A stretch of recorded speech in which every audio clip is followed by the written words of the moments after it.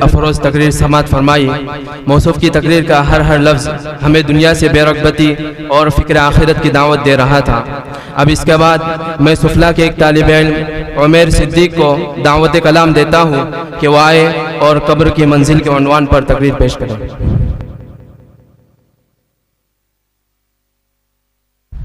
अगले मुसाहिम रहेंगे अमान यासीन।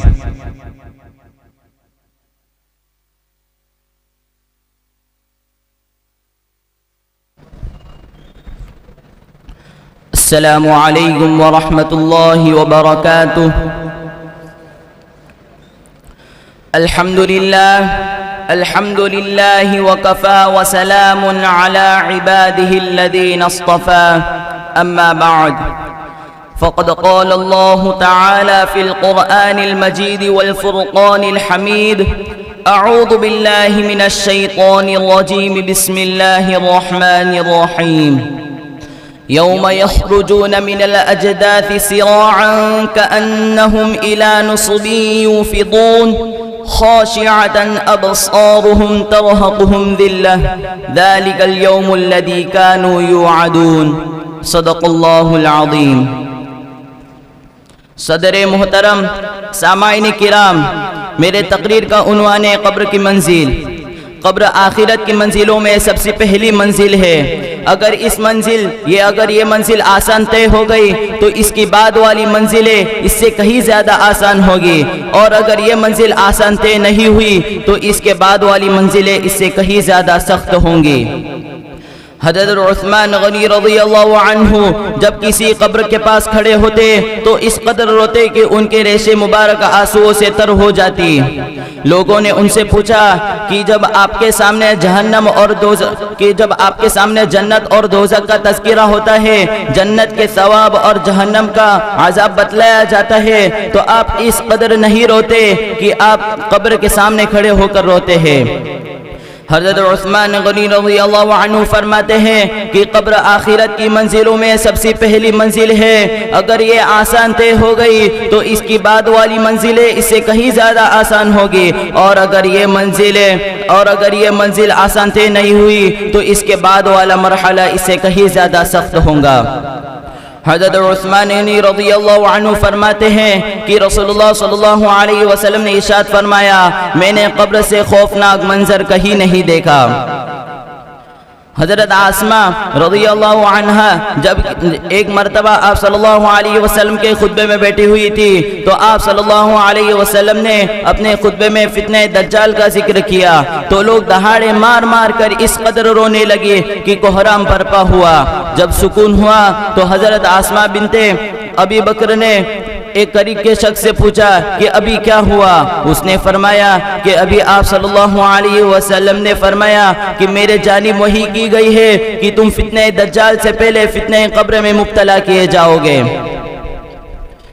मेरे भाइयों और दोस्तों, ऐसा कौन सा दिन नहीं गुजरता कि कब्र ये ना कहती हो कि मैं बेगांगी का घर हूँ, मैं तन्हाई का घर हूँ, मैं कीड़े मकोड़ों का घर हूँ, मैं मिट्टी का घर हूँ। जब उसमें कोई मोमिन बंदा दफन किया जाता है तो कब्र उससे कहती है कि तेरा आना यहाँ मुबारकबाद हो। मेरे पुश्त पर जितने भी लोग चलते थे उनमें सबसे ज्यादा तू मेरे नजदीक महबूब था। आज जब तू मेरे पास सुपुर्द किया गया है तो अब मैं देख तेरे साथ क्या सुलूक करती हूँ।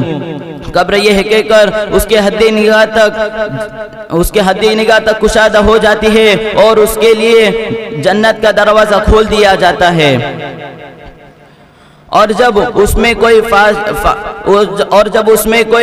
काफिर और मुशरिक बंदा दफन किया जाता है तो कब्र उससे कहती है कि तेरा आना यहाँ ना मुबारक हो। मेरे पुश्त पर जितने भी लोग चलते थे उनमें सबसे ज्यादा तू मेरे नजदीक मबगूस था।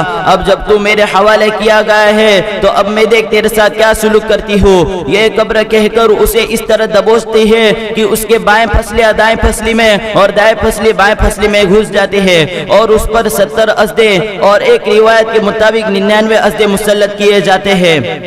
उन अज़दों का हाल ये है कि अगर उनमें से कोई भी अज़दा जमीन पर फूंक मार दे तो क़यामत तक कुछ न उगे। मेरे भाइयों और दोस्तों, आप सल्लल्लाहु अलैहि वसल्लम इरशाद फरमाते हैं, कब्र जन्नत के बागों में से एक बाग है और जहन्नम के गढ़ों में से एक गढ़ा। यानी नेक बंदों के लिए कब्र जन्नत का बाग है और काफिर लोगों के लिए जहन्नम का गढ़ा। अब ये इंसान पर मुनहसिर है कि वो अपनी कब्र को जन्नत का बाग बनाना चाहता है या दोज़ख का गढ़ा, क्योंकि इंसान का अमल ही जन्नत को बाग बनाता है या दोज़ख का गढ़ा।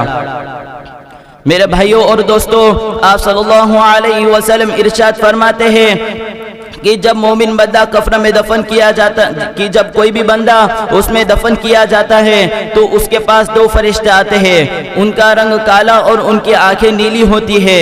उनमें से एक को मुनकर, दूसरे को नकीर कहा जाता है। आप सल्लल्लाहु अलैहि वसल्लम इरशाद फरमाते हैं कि वो फरिश्ते मुर्दे के पास आते हैं और उससे 3 सवालात करते हैं।